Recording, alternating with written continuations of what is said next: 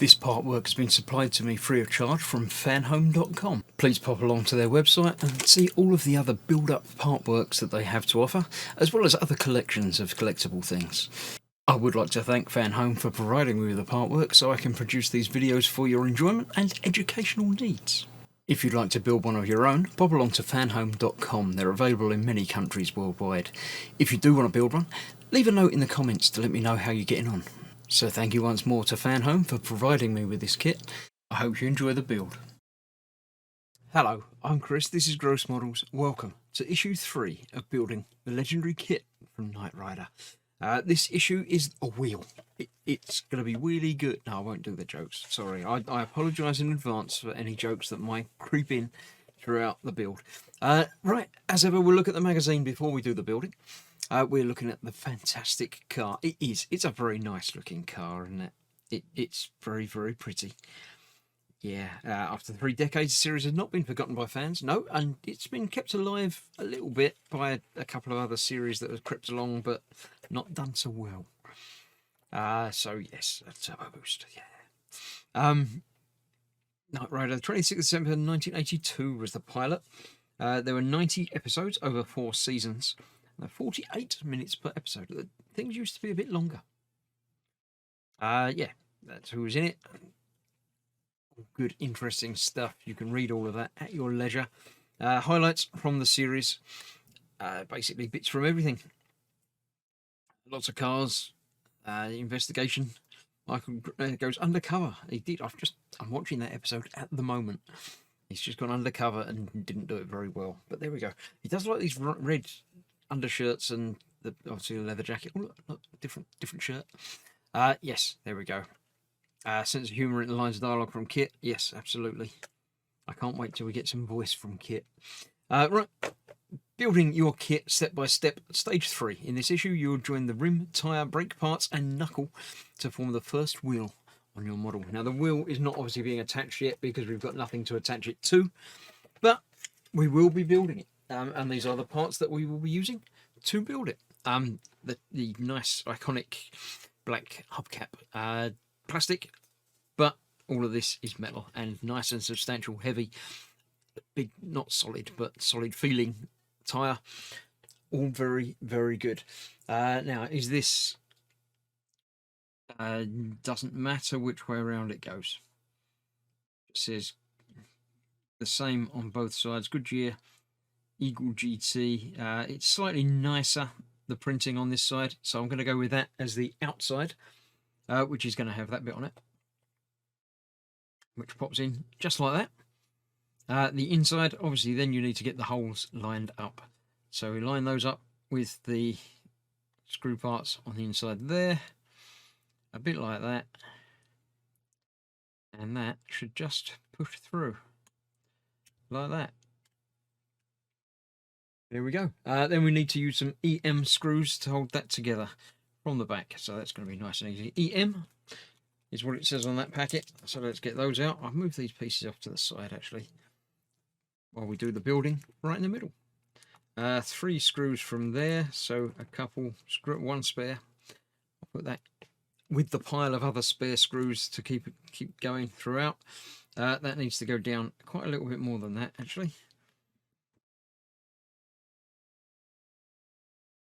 That in so it lines up. Seems to be about the right lining up amount. That's not all the way in yet. That back out so we can see. It might make a difference which side. I don't think it does. Although, it does feel like that goes in a little bit easier on that side. So is that going to go in that side? One side of the wheel is a little bit rougher than the other. Yeah, you can actually see that the shaping of it is not quite right over there. So it's just going to be a case of push it harder, get it all the way through.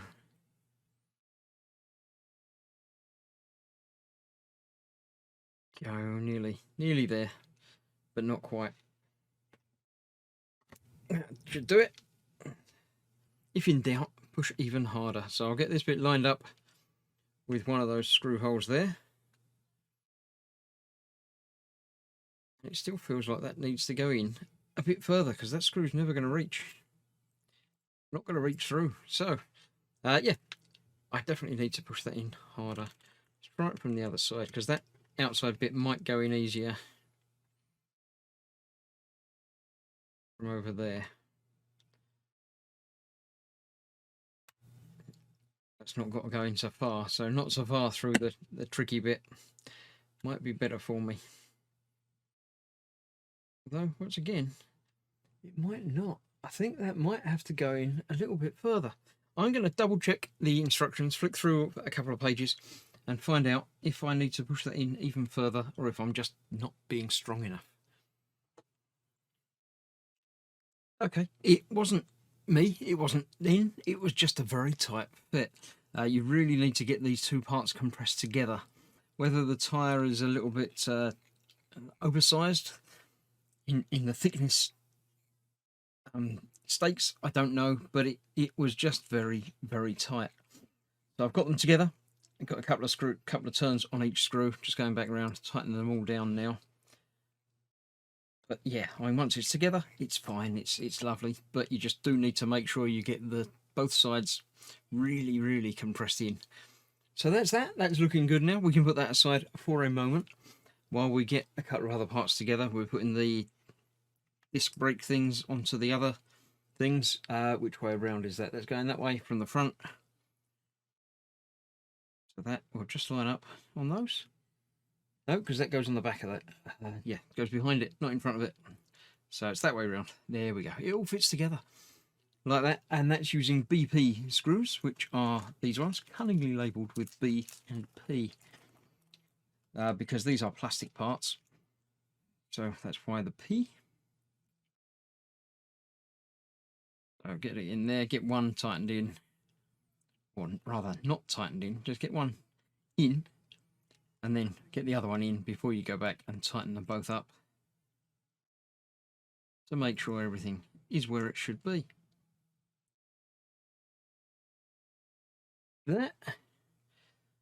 That's all lined up correctly. Happy with that. Then you can come back and tighten both of those screws back up. Being aware that these are going into plastic, so just need to be tight enough, not stripping the thread and going far too tight.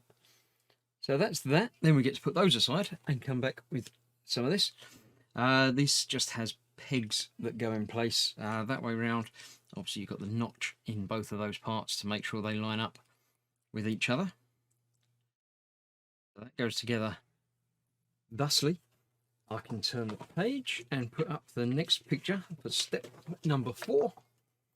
We're just putting this and that together. So that's that way up, that's that way round. Oh, there's got the bayonet notch in there as well. So that goes onto there, just like that.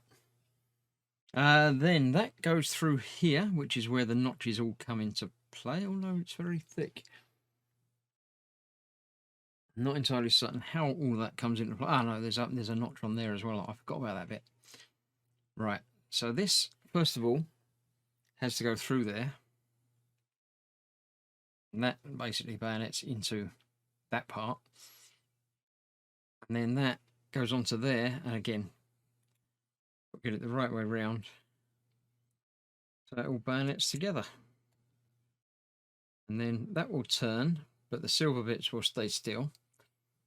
So that will go on there, like that. Then we need the FM screw. And the part in the unlabelled bag, which is a little washer. So the washer and goes over the screw, and that all goes into the centre of that,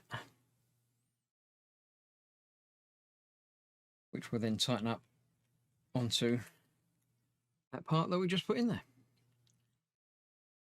Tighten that down. This will obviously be taking the weight of the car through, well, 4 of them obviously, but that's nice and secure on there. That will still turn, so the wheel will still roll as and when you roll it backwards and forwards across things. So that's that. ready for the steering to attach onto there, all nice and tight and secure. Happy with that. The last thing is to use the last bag of screws, the AM screws, and to put on the, I say iconic, I don't recognise another car with the same sort of hubcaps on it. The black hubcap with a triangular thing on it. Obviously 5 screw holes on there, 5 screw holes on there, 5 screws to hold them all together. So as ever, get them all in before you tighten any of them up. And you'll be happy. You won't be, you know, trying to strain parts by putting too much pressure on one side of it first and then the other side getting a little bit distorted and not lining up. Take your time, do it properly, and it will all be nicer. There we have all of them in. I'll go back round, tighten them all up. And that will be the left front wheel ready for the next assembly stages. I don't know when the wheel will be used. It'll obviously, we need to build up the chassis and the suspension and everything else gets built up in there before this wheel becomes attached.